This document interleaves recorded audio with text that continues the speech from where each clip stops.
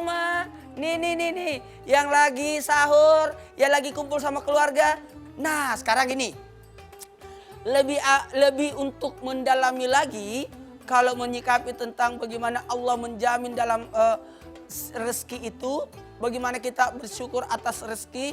Mari kita sama-sama belajar dari sirah Rasulullah atau kisah-kisah para nabi-nabi terdahulu. Bagaimana bentuk kesyukuran. Makanya kita sering mendengarkan ayat ini, inna a'tainakal kautsar fasholli lirabbika wanhar. Maka bentuk kesyukuran itu dengan cara apa? Salah satunya adalah memanfaatkan rezeki itu dengan fungsinya, juga dengan apa? Penyembelian, menghilangkan, mengeluarkan itu. Makanya ketika ada bentuk ujian itu datang, apa salahnya kita bersyukur? Lah, kok bersyukur? Dengan cara memperbaiki diri. Ada harta, syukuri dengan cara apa? Keluarkan sebagian. Haknya orang lain ada di situ. 2,5%. Tapi ingat, zakat itu bukan hanya 2,5%. Ada malah bisa jadi 5%, ada malah bisa jadi 10%. Kalau itu adalah pertanian, kan? Kebunan dan sebagainya. Jadi tidak apa-apa. Bersyukur itu, lihat cara bersyukur itu dengan cara apa? Apakah dia sanggup mengeluarkan atas apa yang disukainya. Jadi buat kita kalau mau membantu orang, ayo sumbanglah makanan yang enak. Apa yang kau mau makan itu juga yang kau kasih orang. Ada juga nih, ada orang, nak mau makan? Nak mau makan ini? Enggak, udah suka, udah bagus, udah bau. Kalau begitu sumbanglah sama orang. Itu salah. Nih banyak juga nih yang menyumbang pakaian bekas tapi sudah tidak layak pakai. Nggak ada kancingnya. Gimana korban bencana alam mau menjahit lagi? Mau nyumbang apa? Nyumbang celana yang sobek, baju-baju yang sobek-sobek. Gimana caranya? Sebaiknya yang sudah bagus, hargailah mereka.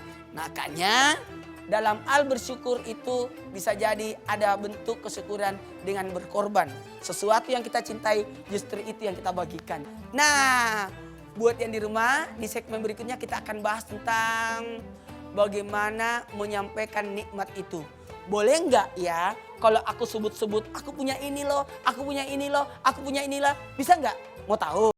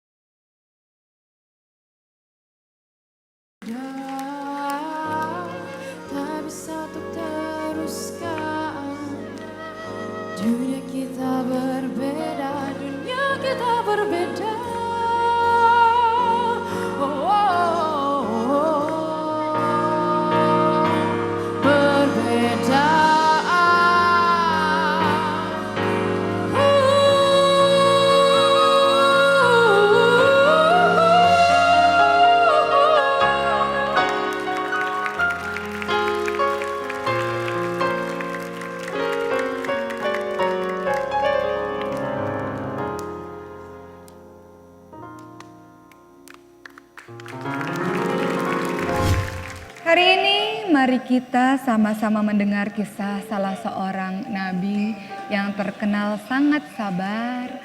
Seorang nabi sebaik-baiknya hamba Allah Subhanahu wa taala ialah Nabi Ayub alaihi salam. Ketika itu para malaikat saling bercakap-cakap dan berkata, "Aku tidak menemukan hamba yang lebih baik daripada Nabi Ayub alaihi salam.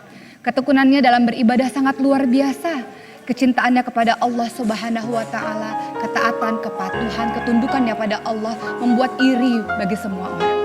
Malaikat lain mengatakan, "Ya, betul wahai malaikat. Nabi Ayub alaihissalam adalah seorang hamba Allah yang sangat tekun, yang sangat taat. Tidak ada yang bisa mengalahkan beliau." Syaitan yang mendengar hal tersebut pun menjadi kesal hatinya dan langsung mengadu kepada Allah Subhanahu wa taala dan mengatakan, "Wahai Allah, terang saja nabimu itu, Nabi Ayub, senantiasa beribadah kepadamu karena hidupnya enak. Engkau memberikan harta yang sangat banyak, engkau memberikan keluarga yang baik, anak-anak yang banyak, istri yang cantik kepadanya. Sebenarnya dia menyembahmu hanya supaya tidak kehilangan nikmat darimu saja. Kalau aku uji, wahai Allah, pasti dia tidak akan mau menyembah engkau lagi," kata syaitan kepada Allah Subhanahu wa taala. Maka Allah Subhanahu wa taala mengatakan kepada syaitan, "Sesungguhnya nabiku Nabi Ayub alaihi salam adalah seorang nabi yang tunduk taat patuh terhadap Rabb-nya. Namun ketika engkau hendak menggodanya, silahkan saja wahai syaitan." Maka syaitan pun mulai menggoda Nabi Ayub alaihi salam pertama kali dengan menghabiskan seluruh harta dari Nabi Ayub alaihissalam. Dibakarlah seluruh hewan ternak milik Nabi Ayub alaihissalam, lumbung-lumbung padi. Sehingga Nabi Ayub alaihissalam sudah tidak memiliki lagi harta yang sangat berharga. Namun apa kata Nabi Ayub alaihissalam? "Wahai Allah, engkau pada hari ini memberikan musibah terhadapku. Engkau yang memberikan kenikmatan terhadapku selama ini, engkau pula yang mengambil kenikmatan. Maka maha suci Allah, aku ridho terhadap keputusanmu wahai Allah." Gagal rencana dari syaitan. Syaitan pun kembali merancang cara bagaimana agar Nabi Ayub alaihissalam bisa terjatuh dan tidak menyembah Allah Subhanahu wa taala lagi. Maka syaitan ini pun akhirnya merobohkan gedung-gedung, bangunan-bangunan yang di dalamnya terdapat anak-anak Nabi Ayub alaihissalam sehingga anak-anak Nabi Ayub alaihissalam mati. Dan apa yang terjadi? Lagi-lagi Nabi Ayub alaihissalam mengatakan kepada Allah, "Maha suci engkau wahai Allah. Engkau yang memberikan kenikmatan terhadapku, engkau pula yang mengambil kenikmatan itu. Maka aku ridho terhadap keputusanmu." Lagi-lagi gagal. Lalu apa yang syaitan lakukan? Syaitan kemudian memberikan penyakit kepada Nabi Ayub alaihissalam, penyakit kulit yang sangat dahsyat sehingga semua orang menjauhkan diri dari Nabi Ayub alaihissalam, termasuk sang istri. Sang istri mengatakan, "Wahai Nabi Allah, Nabi Ayub alaihissalam, berdoa saja kepada Allah, sampai kapan kita menderita seperti ini?" Lalu Nabi Ayub alaihissalam mengatakan, "Wahai istriku, tidak boleh kau berkata seperti itu. Seakan-akan kau orang yang tidak ridho terhadap Allah Subhanahu wa taala. Maka aku tidak mau menerima makan dan minum darimu, maka pergilah saja dariku. Nanti ketika engkau kembali lagi kepadaku, maka aku akan memukulmu karena sikap durhakamu terhadap Allah Subhanahu wa taala." Lalu pada akhirnya Nabi Ayub alaihissalam dalam kesendirian, dalam kesedihan, dalam kehampaan, ia tetap bermunajat dan menengadahkan terus tangannya kepada Allah Subhanahu wa taala. "Wahai Allah, tempat aku meminta engkau sebaik-baiknya kekasih, wahai Allah, yang tidak pernah meninggalkan aku, wahai Allah. Aku ridho terhadap keputusanmu, wahai Allah." Nabi Ayub alaihissalam sabar dengan semua apa yang diberikan kepada Allah dalam hidupnya. Maka Allah Subhanahu wa taala pun mengatakan kepada Nabi Ayub alaihissalam, "Silakan menghentakkan kaki ke tanah agar sembuh penyakitmu." Maka keluarlah air-air di dalam tanah tersebut. Lalu Nabi Ayub alaihissalam pun sembuh dari penyakitnya. Harta-harta dikembalikan lagi kepada Nabi Ayub alaihissalam dan sang istri kembali lagi kepada Nabi Ayub alaihissalam. Nabi Ayub awalnya berjanji bahwa akan memukul sang istri, namun tidak jadi, hanya dengan rumput saja yang kemudian pada akhirnya dipukulkan kepada sang istri. Itulah hikmah dari kesabaran Nabi Ayub alaihissalam. Ditimpakan musibah yang sangat dahsyat, namun apa yang terjadi? Akibat kesabaran, ketaatannya kepada Allah, maka Allah berikan lagi kebahagiaan kepada Nabi Ayub alaihissalam. Mudah-mudahan kisah Nabi Ayub alaihissalam menjadi pelajaran bagi kita untuk senantiasa sabar dalam menghadapi segala ujian dalam kehidupan kita. Insya Allah.